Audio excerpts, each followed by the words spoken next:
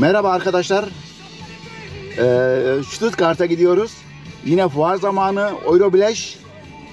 Koronadan sonra ilk defa oluyor fuar. Bakalım. Bugün gidiyoruz. Gençler gelecek Konya'dan. Onları aldıktan sonra otele gideceğiz. Yarın fuar için makineleri kuracağız yerine.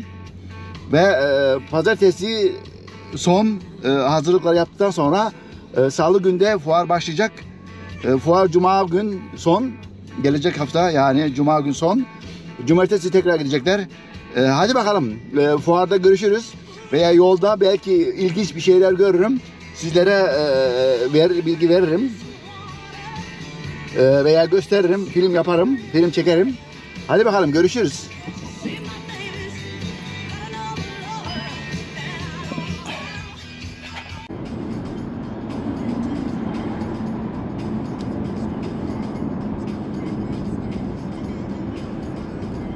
Vallahi bilmiyorum ki nereye gittiğimizi.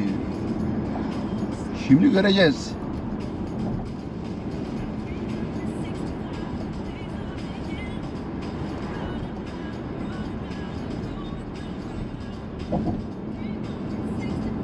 Landau.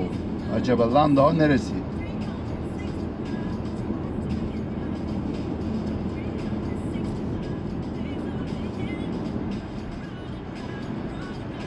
Yine Pirmasan'a gidiyor bu tekrardan. Köylerin içine, küçük köylerin içine kadar girmiş. Onun için de her köyde, yani her bölgede, her insanların yaşadığı yerde mutlaka bir üretim veya prodüksiyon için bir yer var, bir hal var, yani bir fabrika var. Tabii ki bu da insanları şehire gitmemesi için, yani şehre gitmesine gerek kalmadan bulunduğu bölgede, kendi evinde, kendi yerinde hem çalışıp para kazanabilmek, yani bir istihdam sağlıyor kendi yerlerinde, kendi köyünde, kendi kasabasında. Yani bu sistem bize de gelse ne güzel olur. Bizde biliyorsunuz büyük şehirlerde eğer bu sanayi, yani küçük yerlerde yok. Maalesef yok. Onun için insanlar hep büyük şehirlere odaklanıyor. Özellikle İstanbul, Ankara, İzmir, Antalya. Yani nerede büyük bir şehir varsa insanlar oraya gidiyor. Orada iş imkanı arıyor. Orada iş arıyor. Ve tabii ki şehir her geçen gün daha büyüyor. Daha kalabalıklaşıyor. Bu da yaşam şartlarını zorlaştırıyor tabii ki. Ama burada durum tam farklı yani. Büyük şehirlerde tabii ki oralarında sanayisi var. Ama küçük yerlerde de kendine özgü, yani her yerde küçükten büyüğe fabrikalar var. Yani bildiğim bizde bile yani Boş mesela. Bizimki en fazla 10 bin nüfusluk bir köy. Yani köy diyelim ya. Kasaba hadi kasaba olsun fark etmez. Yani orada bile Boş fabrikası var. Ev aletleri üretiyor. Yani en az 2000-3000 tane kişi çalışıyor.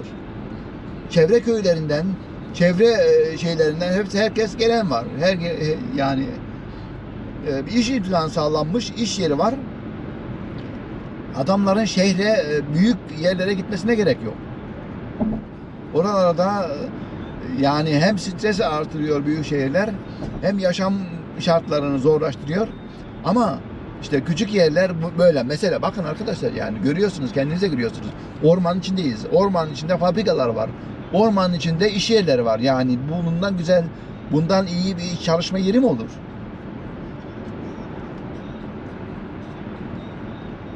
Tabii ki buranın bir avantajı, yani benim bulunduğum bölgenin avantajı,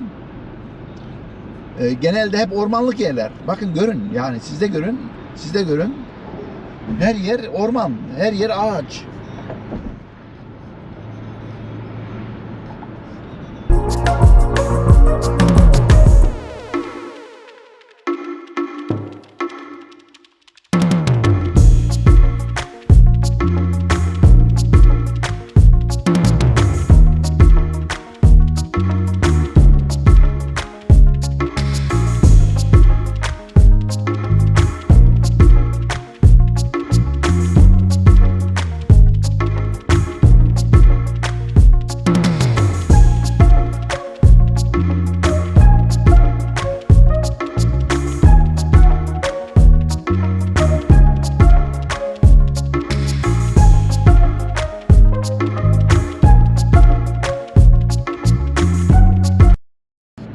şu son sıralarda bu cezalar arttı yani yükseldi.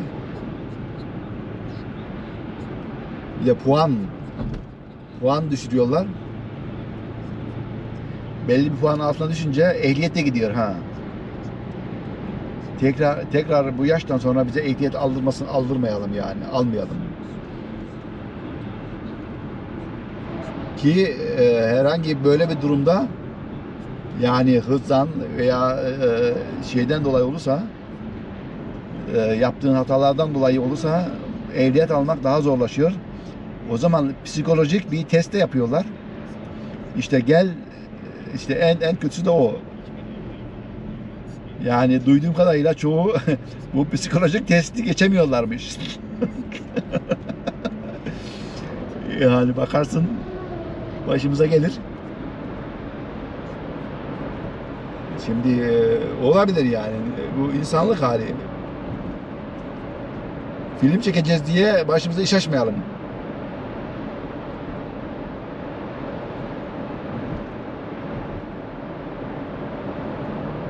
Yani böylelikle otoban Alman tüneli de görmüş oldunuz.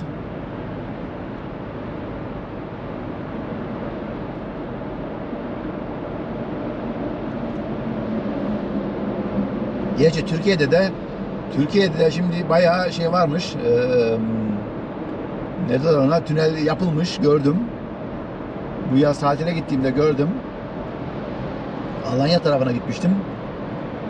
Orada da birkaç tünelden geçmek zorunda kaldık. Yani birkaç tünelden geçtik. Zorunlu ne? Tabii ki yani yapılmışsa geçeceksin. Tünel yolu kısaltmak için iyi bir şey tabii ya.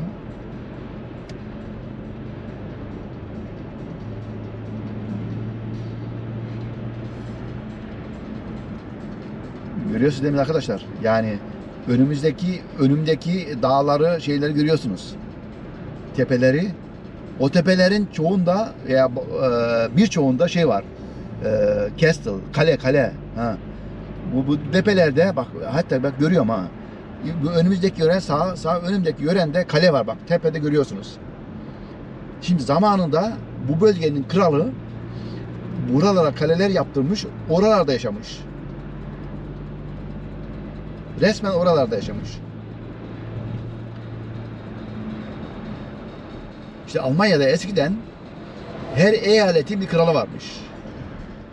Hani bizde de kral değil de ne derler ona ya? Satrazam mı? Satrazam diyelim mi? Evet, satrazamdır herhalde. Bulunduğu bölgede özel binalarda, özel konaklarda kalmış. İşte burada da yani buranın kralı ama buranın kralı. Bu her bölgenin zaten eyalet olduğu için özerk bir yer, kendine has, kendine özgü bir yer olduğu için her bölgenin kralı varmış.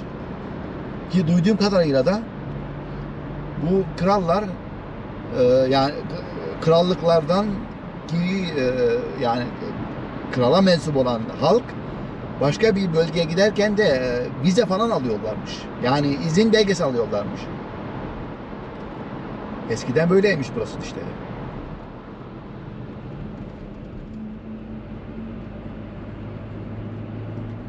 Burada da kaç tane varmış ya tünel?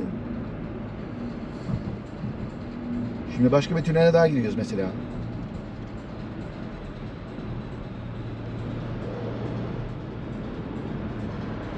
Arkadaşlar şimdi 22 dakika çekmişiz.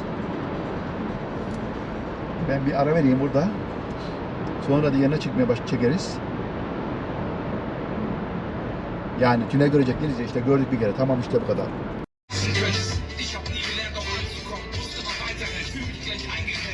Evet. Geldik. Çakıldık.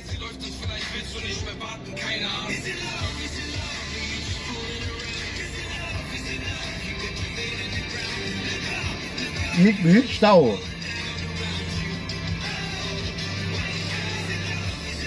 Bakalım ne kadar sürecek. O ileriye bak. Hap yuttuk desene. Vallahi bu bayağı uzuna benziyor. Ulan ne biçim sıkışmış ortalık ya.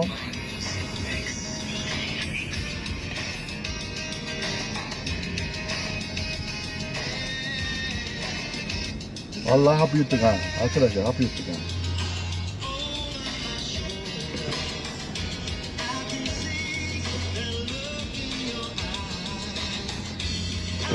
Ulan çocuklar kızdıracağız ha. Vallahi kızdıracağız ha. Gene kızdıracağız ha. Şöyle yapsak ne olur?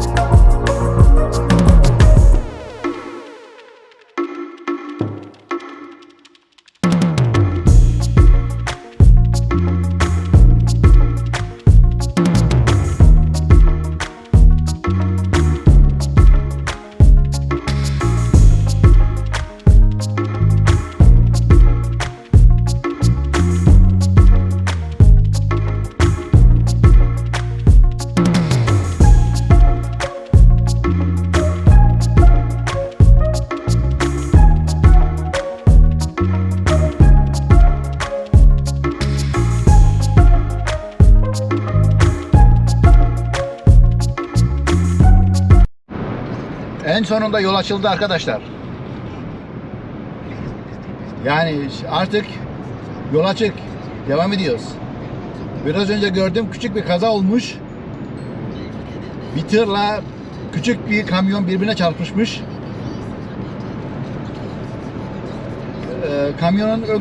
Kamyonun ön kasası gitmiş. Yani ön kısmı, tamponlar falan eğilmiş. Şimdi yolumuza devam. Hadi bakalım. Artık önümüz açık. İstediğimiz gibi gideriz. Saat sanırım yetişeceğiz zamanında. Bak kaç? Şimdi 3 şerit burası. Yani hız sınırı 120. Ben de tam 120'ye ayarladım. Kendi otomatik olarak 120'de gidiyor. Bak arabanın ilginçliğini görüyor musun arkadaşlar? Önde araba olduğu için araba kendi kendine fren yapıyor. Gördünüz değil mi? Bak öndeki mesafeyi koruyor. Yani elimi bıraksam araba kendi kendine gidecek. Yani öndeki arabanın şeyin uzaklığına göre kendisi fren yapıyor. Bak gördünüz yani. Güzel bir şey lan bu. Vallahi güzel bir şey. Yani yavaş yavaş Tesla'ya ulaşacaklar bunlar. Tesla gibi. Biliyorsunuz Tesla'lar kendi kendine gidiyor ya artık. Bu da büyük ihtimalle yakında Volkswagen'de başlar yani böyle bir şeye. Bakın sana. Şimdi ortada görünen sağda hız sınırı var. Ortadaki yeşil bu arabanın ortadaki şeritlerde durduğunu gösteriyor. Orta çizgiler var ya. Ha. Orta çizgilerde arabanın durduğunu gösteriyor. Eğer sağa sola yani direksiyonu bırakırsam sağa sola kendi kendine gitmiyor. O şeride gelince dönüyor araba. Araba resmen şeritte kalmak için kendi kendine direksiyon döndürüyor. Sadece eksiklik bunu bir kere yapıyor, ikinci yapmıyor. Onun için mecburen kendin direksiyonu elini direksiyona koyup kontrolü alman gerekiyor. Eğer bırakırsan tek seferlik seni içeri sokuyor. Yani bu bak şeyde gözüküyor. Bu çizgilerin arasına sokuyor. Bu tek seferlik sana yardımcı ediyor. Eğer almazsan ikinci sefer seni yapmıyor. Onun için Yani ellerini direksiyonda tutmanı söylüyor. İyi olan, eğer önünde araba var, bak önüne araba geldi değil mi? Kendi kendine fren yapıyor resmen. Normalde şu anda hız 120. Ama önümde araba olduğu için kendisi frenledi, 97'ye kadar indi. Şimdi önümde araba olmasa mesafe bayağı uzak herhalde. Niye böyle uzak koydularsa demek ki ona göre hesaplıyor kendisi. Yani kendi kendine fren yapıp durduruyor. Uyuyanlar için, yani uzak yolda uyuyanlar için veya uyuyabilecekler için büyük bir avantaj sağlıyor aslında. Kazaları önlemek için bence iyi bir fikir. Şimdi bak, deneme yapacağız şimdi. Tamam mı? Ben bırakacağım direksiyonu, ne yaptığını göreceğiz arabayla, tamam mı? Yani resmen deneyeceğiz. Araba kendi kendine gidiyor mu gitmiyor mu diye. Şimdi bakın. Şimdi buradayız, tamam mı? Ben direksiyonu bıraktım. Direksiyonu bıraktım. Hatta hızlanıyor bak, şimdi önümde araba yok ya. Hızlanıyor. Bak elim direksiyonda değil. Bak. Ha bak, gördünüz mü değil mi? Gördünüz mü? Sola çekti arabayı. Sola doğru çekti. Şimdi almazsam tehlike. Onun için hatta uyarı gelir. Direksiyonu al diye eline. Yani direksiyonu tekrar kontrolü al eline diye. Şimdi bak tekrar deneyelim. Şimdi bak. Şimdi gidiyoruz değil mi? Bak. Sola çekiyor bak. Görüyorsun değil mi? Ha, sola çekecek. Bak. Ha bak. Ha, gördün değil mi? Ha, ne dedi? Yani uyarı verdi. Uyarı verdi. Onun için direksiyonu elinde bırakma diyor yani. Şimdi bunu yapan araba yakında tüm kontrolü eline alabilir. Aslında alıyor da demek ki bu özellik daha tam Volkswagen'de iş devreye girmedi. Yoksa bütün sofraya bak gördüğünüz gibi aslında var. Yani her şeyi yapıyor. Bu iki çizginin arasında kalmak için direksiyonu sağa sola kırabiliyor. Ki bunu devamlı yapabilir aslında yani. O şeyi kaldırırsan, büyük ihtimalle bunu kendisi çözecek. Yani kendi kendine araba hareket edebilecek. Zaten önüne geldiğinde bir objekt, yani başka bir araba geldiğinde araba kendi kendine frenliyor. Yani bu özelliği var. Bunda sorun yok. Hatta sağa sola sapacağında eğer sinyal vermezsen araba seni sola sapmanı şey yapıyor, zorlaştırıyor. Daha doğrusu direksiyon var ya, direksiyon kırılmıyor. Direksiyon çevrilmiyor. Veya çevirmede zorlaştırıyor. Eğer sağ sol sinyali vermezsen seni aniden sola kırmanı ve sağa kırmanı zorlaştırıyor. İstersen deneyeyim. Ben şimdi sola sapacağım değil mi? Bak sola. Bak çekiyor. Yani resmen zorluyor beni. Onun için bazı tedbiri alınmış. Hatta şimdi bak önümde araba var. Normalde 120 ile gitmesi gereken araba 113'e kadar indi. Eğer o araba kalkarsa yani o araba diyorum sağa veya sola gider, yeteri kadar yol olsa gene 120'ye çıkıyor. Bak 120'ye hemen çıkmak üzere şimdi. Tamam mı? Yani 120'ye çıktı ve 120'ye kilitledi. Şimdi eğer sağında ve solunda araba yoksa, bak gördüğünüz gibi araba falan yok. 120'de ayarlanan hızla yoluna devam ediyor.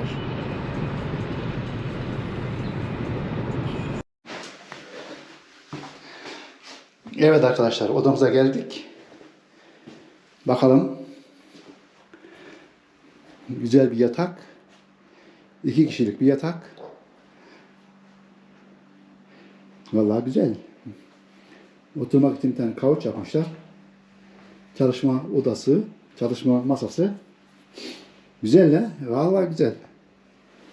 Yani. Bundan iyisi can sağlığı. Dışarısı nasıl? Ne kadar büyük mü? Oo. Burası da dışarısı. Dışarıda şey var hatta. Oturup şey yapabilirsin. Güzel. Bayağı güzelmiş. Yani bayağı da güzelmiş hatta. Gerçekten de güzelmiş. Karşıdaki gördüğümüz yer havaalanı. Stuttgart havaalanı. İyi. Banyo nasıl? Banyoya bakalım. Ya iyi. Duş. Tuvalet. Bence güzel. Harika. Harika. İyi. Şimdilik bu kadar. Tamam. Hadi görüşürüz sonra.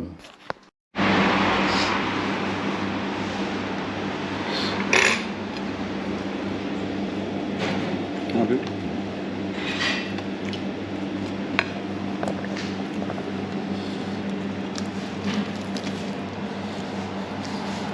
Können Sie sitzen? Alles fertig, ich gebe mir, okay? Können Sie sitzen? Alles gut. Söyle. Evet abi. Hesap? 41.50 abi. Abi teşekkür ederim. Sağ olun. Afiyet olsun. Evet, hepsi. Hayırlı işler. Ne kadar dedin? 41.50.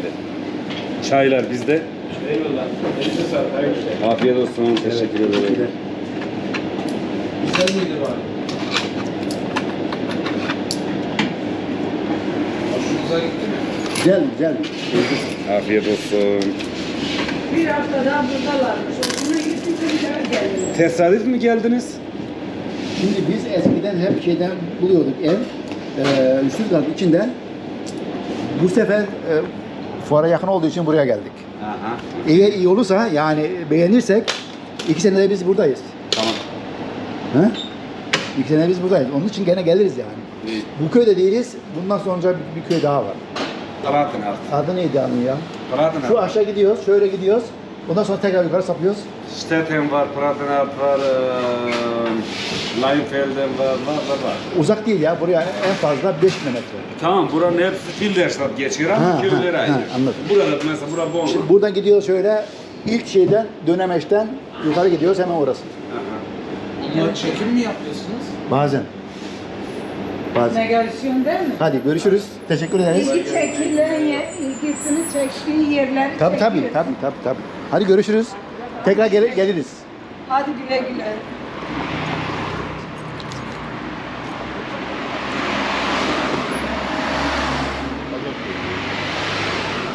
Şimdi arabalara bakıp da Bana şey diyor, iki hangi kilometre arabanın güzel kilometre olduğunu yapıyorsunuz. Bir canavar gibi araba bence. Hangisi? Passat. Passat mı? Bilmez şundan istiyor bir tane. Hangisi? BMW'den. 5.20 X-Drive. 5.25 X-Drive. Ben al buradan da götürelim gidelim. BMW iyi ya. Bu sene mont alacağına bize araba al yani. Olur. Hadi ikimizi montu alacağım. Bana benim var bir tane. Ben ona alırım şey montu. Ne olacak? 3.000 dolar. Beraber bir iş yapalım da alalım ya, ne olacak? 3.000 euroya alırız yani. Ne olacak? Vallahi buradan alırsın, doğru. Vallahi alırsın. Hatta İngiltere'de daha ucuzmuş. Şu arabaya falan böyle yolun kenarında bulamazsınız ya. Adam yolun kenarına koymuş gibi bir şey. İngiltere'de daha ucuz. Abi biliyorum ben ya. Hiç bana Günaydın arkadaşlar. Stuttgart'ta ilk gecemiz. Ben biraz yorulmuşum. Dün yolculuktan sonra. İyi bir uyku çektim akşam. Şimdi kalktık beraberce arkadaşlarla. Ben internetten bir kahve buldum. Kahvaltı yapabilmek için. Beraberce şimdi oraya gideceğiz. Kahvaltıdan sonra sanırım fuar alanına gideriz. Fuar alanında makinelere, ondan sonra standa bakacağız. Kurulmuş mu, kurulmadıysa eksikleri tamamlayacağız herhalde. Yani göreceğiz. Bugün sizlere çekebilirsem çevreden, gittiğimiz yerlerden güzel yerler belki görürüz. Onlardan filmler, fotoğraflar çıkacağız artık. Hadi bakalım. Hep beraber Stuttgart'ı bir izleyelim. şefin tahvillerde uzun vadeli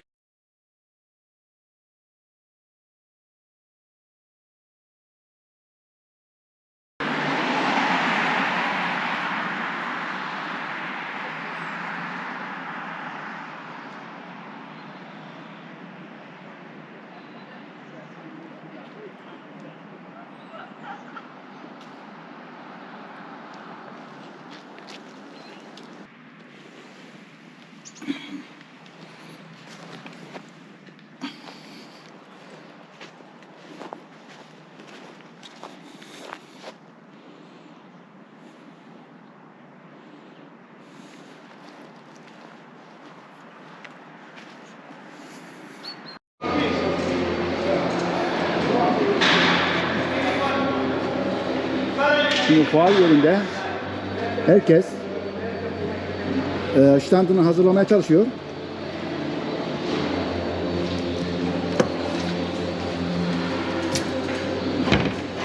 Herkes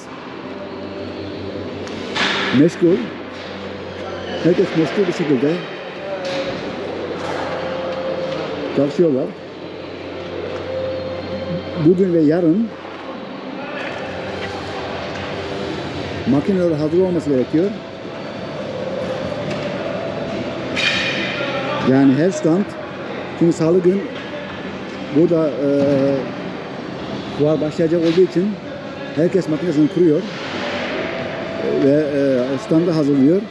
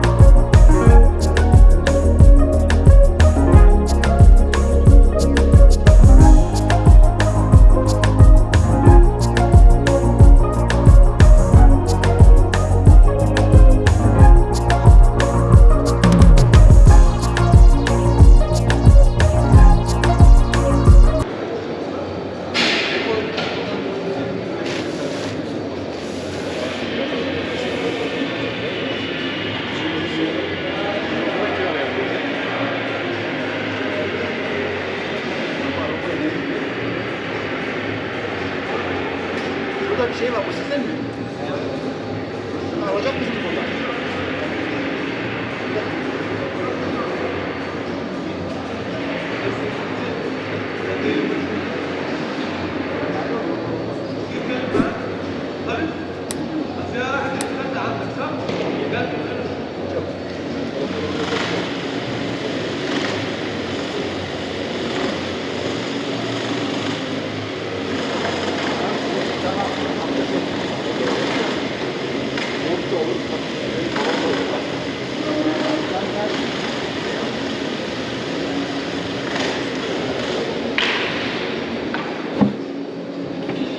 Şimdi bir açalım bakalım.